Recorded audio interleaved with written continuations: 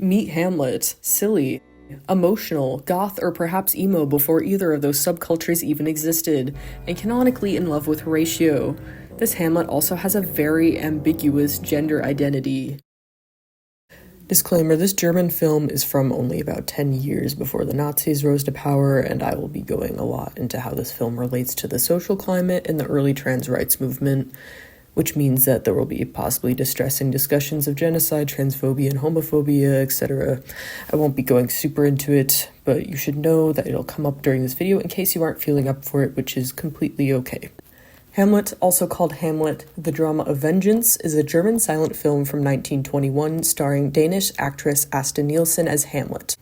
After this point, I was originally just going to jump into it, but I realized that not everyone is as familiar with Shakespeare's longest and most famous play as I am.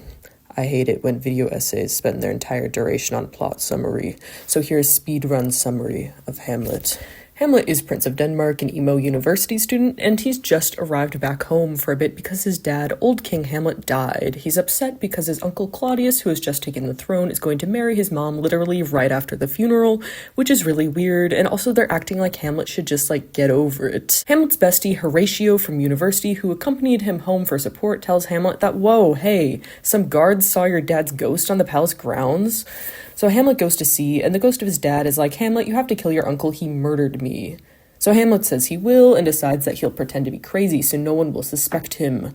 Unfortunately, this results in him upsetting and abusing his girlfriend, Ophelia. He then has doubts, wondering, was the ghost really his dead dad? So he puts on a whole play, reenacting the murder of his dad to see how his uncle Claudius reacts. Claudius freaks out, so Hamlet's like, okay, good, I can kill him then. But before that, he accidentally kills his girlfriend, Ophelia's dad. Uncle Claudius is like, whoa, hey, Hamlet's kind of homicidal and probably onto me, so he ships Hamlet off to be executed by England. Ophelia has a breakdown and kills herself, and her brother shows up wanting vengeance because Hamlet killed their dad and caused Ophelia to die as consequence. Hamlet manages to escape from the execution thing and take a pirate ship back home, and Hamlet talks to his skull in a graveyard, which is the only thing that most people remember about this play. And then Horatio's like, dude, your girlfriend just died, and Hamlet's very sad even though he directly caused all of this. Then Hamlet has to duel Ophelia's brother Laertes, who's in cahoots with Claudius. Claudius was like, hey, I hate Hamlet too, so they team up and poison a sword, so if Laertes doesn't kill Hamlet in the duel, then they can make sure he's super dead anyway. And then it all goes wrong. Hamlet's mom drinks the poisoned cup, Laertes dies by the poisoned sword. Hamlet finally kills Claudius. Yay. And then Hamlet also dies. Horatio almost dies. He's like, there's still some poison left, very Romeo and Juliet ending, but Hamlet's like, no, if you love me, Horatio, you have to tell my story, and Horatio's the only one left after this massive bloodbath. Imagine you go visit Denmark over spring break with your, bestie, and then everyone dies, because that's literally what happens to Horatio. Yes, the end. That's Hamlet. Who is Hamlet? He's a yapper. This man will not shut up. He's also a very unhappy person, and I think we would probably call him clinically depressed today. We know this because he talks about it at length, repeatedly and emotionally, which means that he's a woman.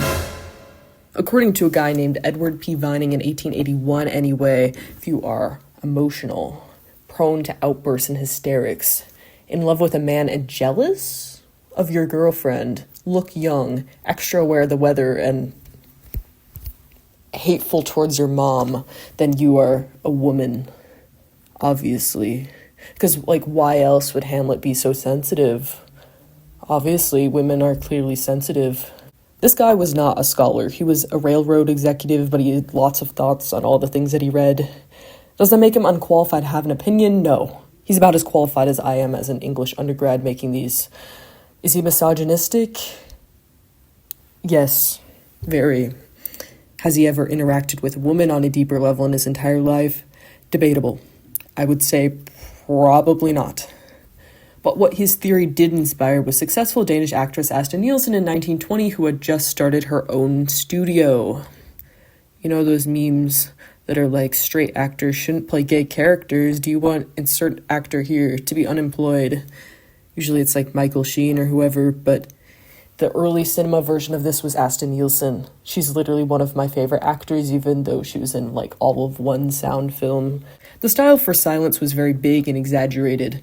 Making a film without sound was about conveying a story in a way that was universal, and pantomime was universal. Everything was archetype because archetypes are the purest form of storytelling.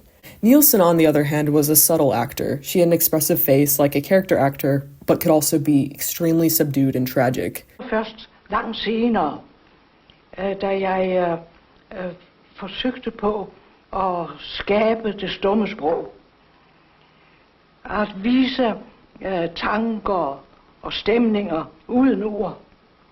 Med andre ord, gøre ånden synlig. Der først forstod jeg svælget imellem teater. For a complex character like Hamlet, who both puts on a ridiculous act of madness and has genuinely heart-rending moments of vulnerability and mourning, she was wonderfully cast.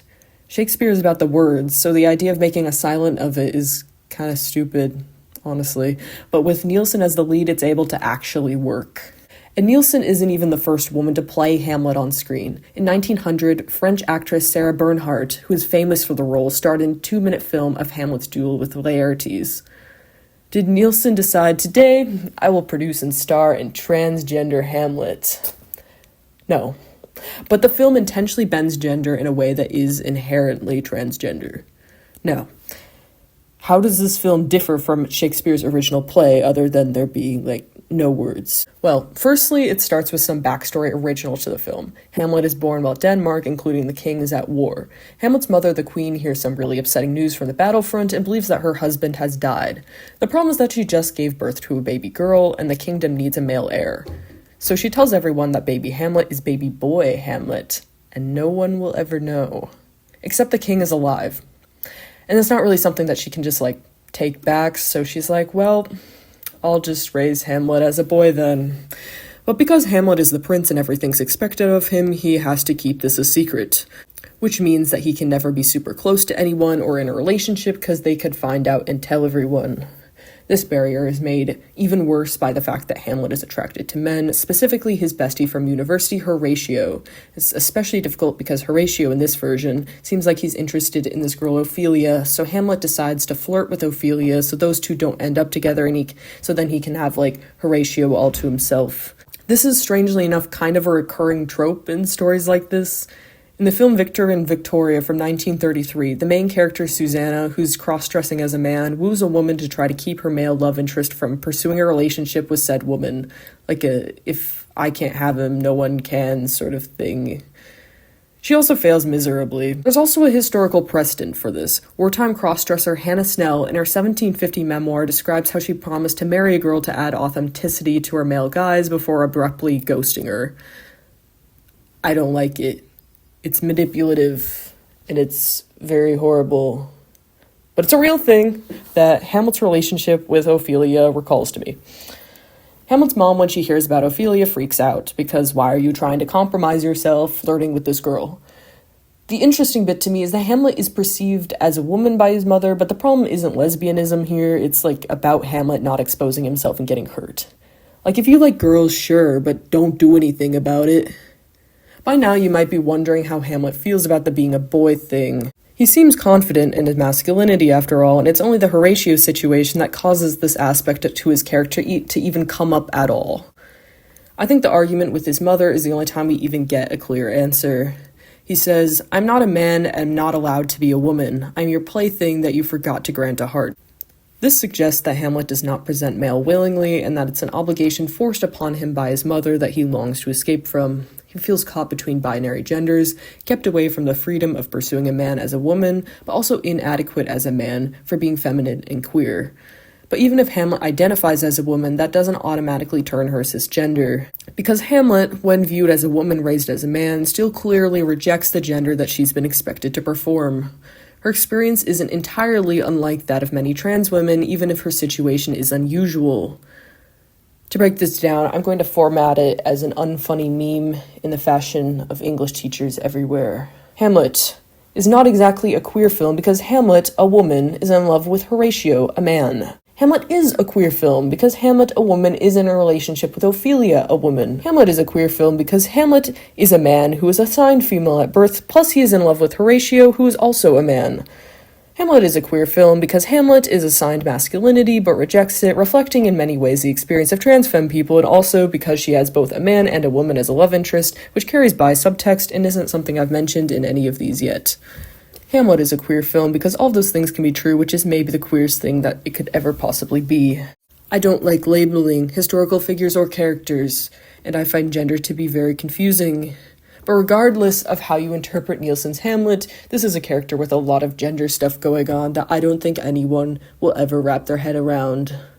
In our 21st century culture, there's a lot more of an emphasis on labels and explaining the world through categories, especially the world of queer people. Labels can be powerful and liberating, but focusing on labeling someone like Hamlet can easily limit and too narrowly define their queerness. And that indeterminate quality to Hamlet's identity doesn't make them less real in any capacity. Modern audiences are also naturally inclined to look at someone like Nielsen's Hamlet and be astonished that such a character even existed. Nielsen might be called ahead of her time, or treated like she accidentally invented transness, but that just is not true. Because if there's one era in history that we have extensive evidence that trans people existed, it's the Weimar Republic. In 1907, for instance, 14 years before Hamlet, Karl M. Baer, a German author who was both intersex and transmasculine, wrote a memoir. He encouraged people like him to live as their true selves instead of suffering as something they aren't. This book was adapted to film twice in 1912 and 1919. From my understanding, both films are lost, like most silent films are, which makes me very upset. One of the most important allies in Baer's transition, other than his wife, was Magnus Hirschfeld, who extensively studied and advocated for queer people.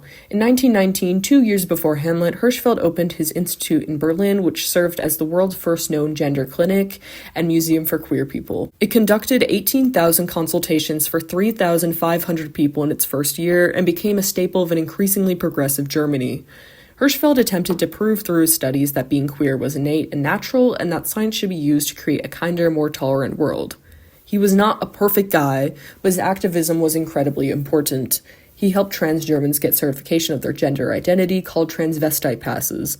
Like if a cop stopped you in the street claiming that you were cross-dressing and being disruptive, you could pull out this identification card that said, "I'm transitioning, according to the Institute, this is legally who I am," and they'd respect that and move on because it was valid under the law.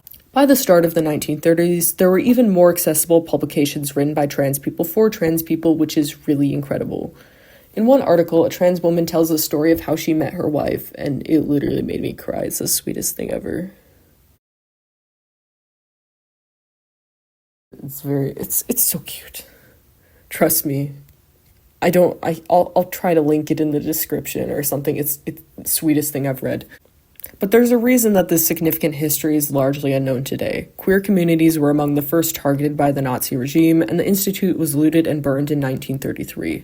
12,000 books and 35,000 photographs were destroyed in the raid, and the Nazis attempted to find and burn all copies of the informational film about gay people that Hirschfeld helped with.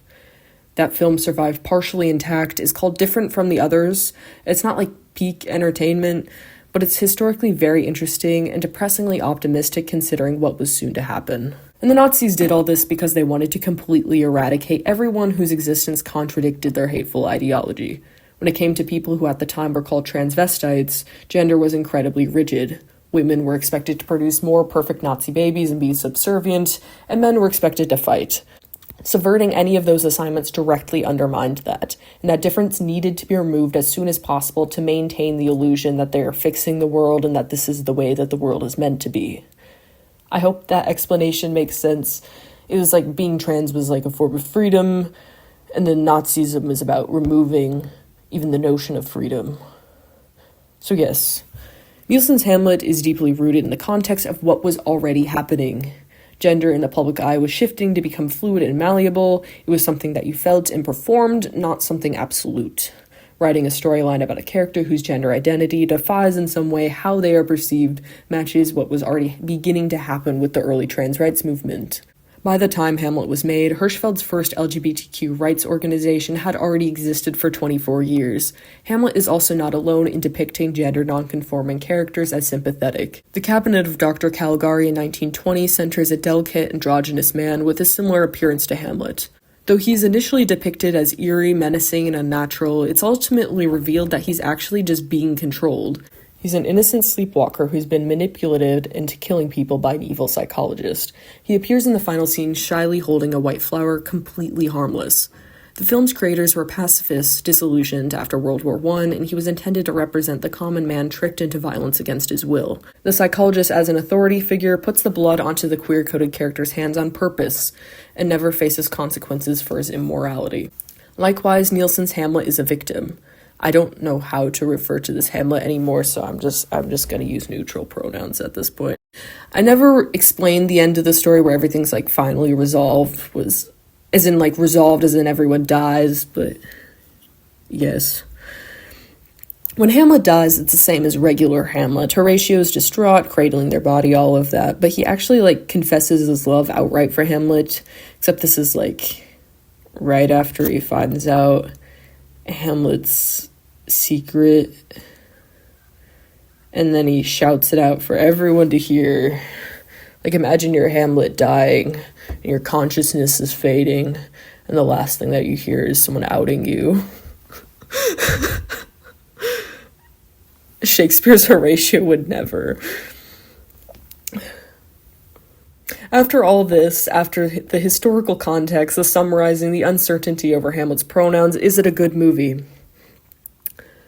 I don't know. I spent the entire movie admiring Hamlet's cool outfit and the expressionistic style to the whole thing. My critical brain was not engaged.